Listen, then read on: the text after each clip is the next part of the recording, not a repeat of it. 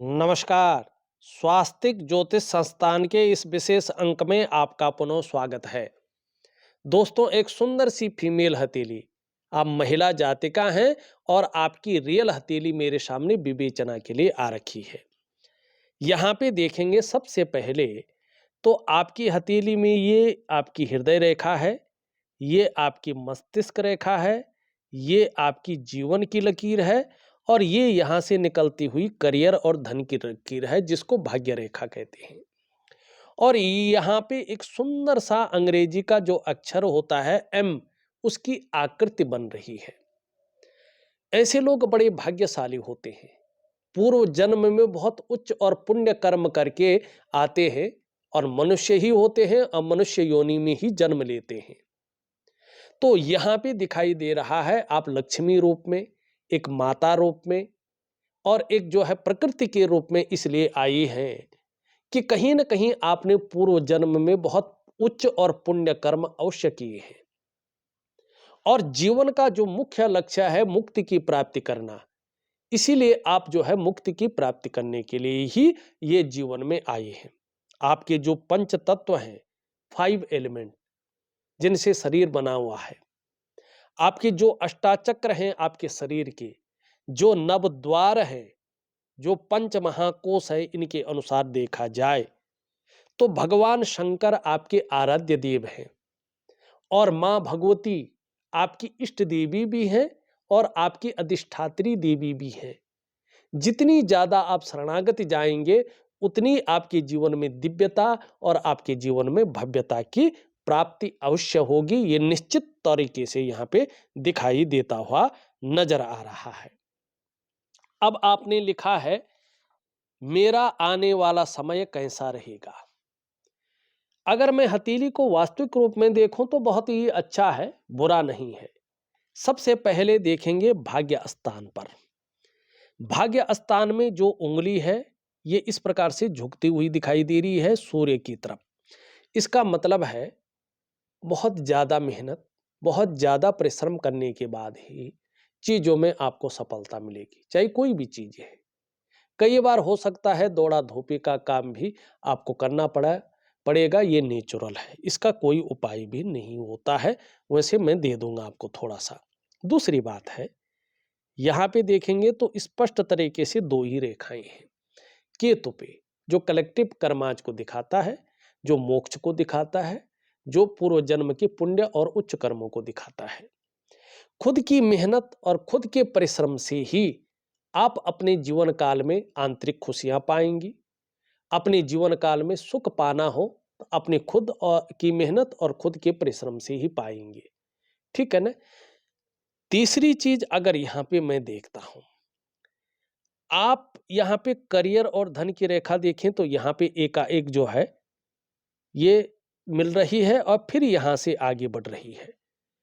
तो यहाँ पे अगर मैं देख पा रहा हूं तो 56 वर्ष के बाद का समय आपका करियर और धन के मामले में बहुत स्टेबल रहने वाला है, बहुत शानदार रहने वाला है। भाग्य का आपको अच्छा साथ मिलने वाला है और वो आगे तक चलेगा।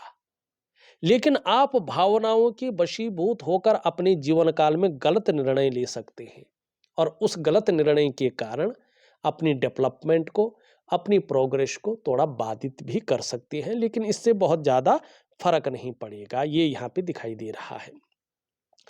दूसरी चीज आगे के लिए देखो तो शुक्र आपका वैसे बहुत सुंदर है, पुष्ट है, बेहतरीन स्थिति में है, लेकिन यहाँ पे अगर आप देखेंगी तो थोड़ा सा जाल बना हुआ है। जब ये जाल बनता है तो व्यक्ति के अंदर जो है थोड़ा चिंताओं को देता है, थोड़ा उलझन को देता है, दुविधा को देता है। व्यक्ति जो प्रयास कर रहा होता है किसी भी मामले में, उन प्रयासों में पूर्णता नहीं देता है। व्यक्ति बहुत ज्यादा किसी चीज में मेहनत करता है, परिश्रम करता है, लेकिन फिर भी जो है उसके हाथ जो है उतना लग नहीं पाता है। ठीक है ना। सब कुछ होते हुए भी ऐसे में सुख नहीं मिलता है, सुख की अनुभूति नहीं होती है, क्योंकि शुक्र क्या है, सुख का कारक है। बाकी यहाँ पे अगर देखेंगे तो शुक्र आपका उभरा हुआ है, सुंदर स्थिति में है, पुष्ट है। ठीक है ना। तेजोमय अवस्था में है। आपका चेहरा देखकर आपकी वाणी को देखकर ये निश्चित तौर पे कहा जाता है आप तेजस्वी होंगी। आपका चेहरा भी बहुत सुंदर होगा, क्योंकि यहाँ पे शुक्र बहुत ही बेहतरीन स्थिति में बैठा हुआ है। सुंदरता, आकर्षण आपके अंदर हमेशा विद्यमान रहेगा। और दूसरी बात, सुख तो नहीं दे रहा है ये वर्तमान में, सुख की फीलिंग तो नहीं आ रही है, लेकिन हर परिस्थिति को झेलने की ताकत जरूर दे रहा है। तो इसका थोड़ा मैं उपाय दूंगा, बेहतरीन तरीके से करेंगे तो आपको लाभ होगा। यहां पे दूसरी बार देखें, मंगल थोड़ा तनाव बना रहना, थोड़ा सा जो है कभी कभी जो है क्षणभंगुर वाला गुस्सा हावी हो सकता है, ये भी दिखाता है। सबसे ज्यादा प्रभाव आपके जीवन पर चंद्रमा का पड़ रहा है। ये आपको लगभग 2 वर्षों तक कभी कभार आपका मन को गड़बड़ रखेगा, मानसिक परेशानी से ग्रसित रखेगा। कई बार बहुत ज्यादा भावुक हो सकती हैं, बात बात पर आंख से आंसू निकल सकते हैं, या इमोशनली बहुत ज्यादा परेशान हो सकती हैं। कभी कभी आपका इन 2 से 2.5 वर्षों के दौरान मन अच्छा नहीं रहेगा, मन भटक सकता है, मन व्याकुल हो सकता है, मन उचाट हो सकता है, मन खराब सा रह सकता है, काम यहां कर रहे हैं मन उदास सा रह सकता है, तो मन कहीं और गया हुआ है। और मन से सीधा जुड़ा हुआ है हमारा डाइजेस्टिव सिस्टम। आपको अपने पेट का हमेशा ध्यान रख के चलना होगा, नहीं तो पेट की दिक्कतें भी आ सकती हैं। ऐसे में अगर ये ज्यादा प्रभाव देता है तो नींद आने में आपको दिक्कतों का सामना करना पड़ सकता है। इसका मैं उपाय दूंगा। वैसे अगर देखें, ये मंगल बहुत अच्छा है, पराक्रम बहुत अच्छा रहेगा, एनर्जेटिक स्वभाव बना रहेगा, जो भी आपसे मिलेगा वो कंफर्टेबल फील करेगा, ये बहुत अच्छा यहाँ पे दिखाई दे रहा है। वाणी बहुत अच्छी रहेगी, ऐसी आकर्षित करने वाली वाणी रहेगी कि वो कितना भी निष्ठुर आदमी हो, कितना भी दूसरे तरीके का आदमी हो, उसका गुस्सा आपकी वाणी सुनकर जो है ठंडा हो जाएगा। ठीक है ना? और ये तन की सुंदरता को भी बेहतरीन रखता है, ये व्यापार को भी व्यक्ति के स्थिर रखता है। सूर्य भी बहुत अच्छा है, लेकिन सूर्य में थोड़ा सा जो है कटकटाव की स्थितियां आ रही हैं। ऐसे में यश की कमी होती है, व्यक्ति किसी के लिए कुछ भी कर ले लेकिन उसको यश नहीं मिलता है, उसको उसका श्रेय नहीं मिलता है। तो इसका थोड़ा छोटा सा एक दिव्य सूर्य क्रिया दूंगा, जरूर करें, आपको लाभ होगा।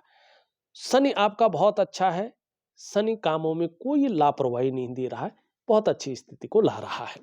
दूसरा आपका प्रश्न है, पारिवारिक जीवन कैसा रहेगा। यहां पे थोड़ा देखेंगे, आपका बृहस्पति शानदार स्थिति में तो है, लेकिन क्रूर ग्रह शनि की तरफ दृष्टि गोचर कर रहा है। आपकी मस्तिष्क रेखा कर्ब लेके और जो है यहाँ पे चंद्रमा की ओर जा रही है, और चंद्रमा यहाँ पे जो है थोड़ा सा जो है संतुलित अवस्था में नहीं है। ऐसे में ये चिंतातुर स्वभाव रखता है। ठीक है ना?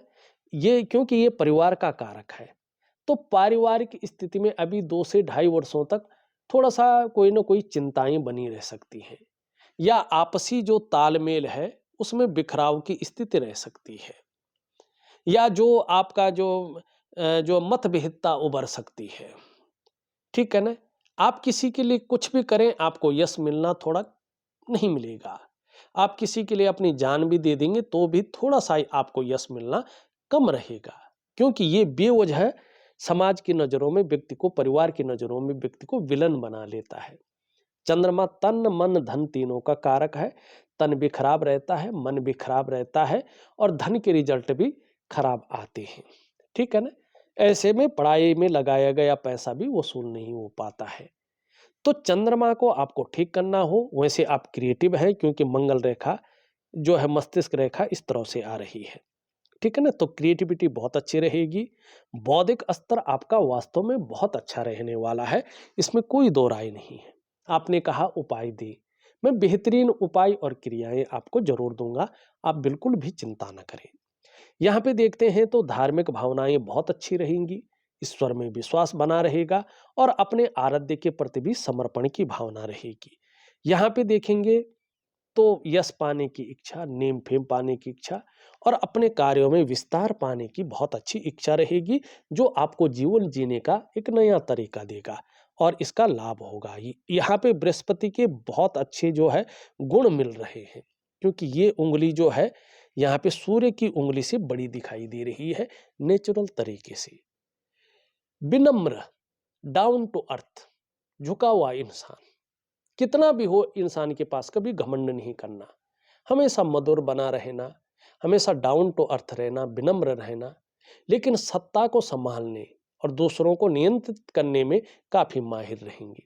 कार्यकुशल हैं लेकिन व्यवहारिक है, हाँ स्वाभिमानी है, और लक्ष्य हमेशा जीवन में ऊंचे रहे हैं।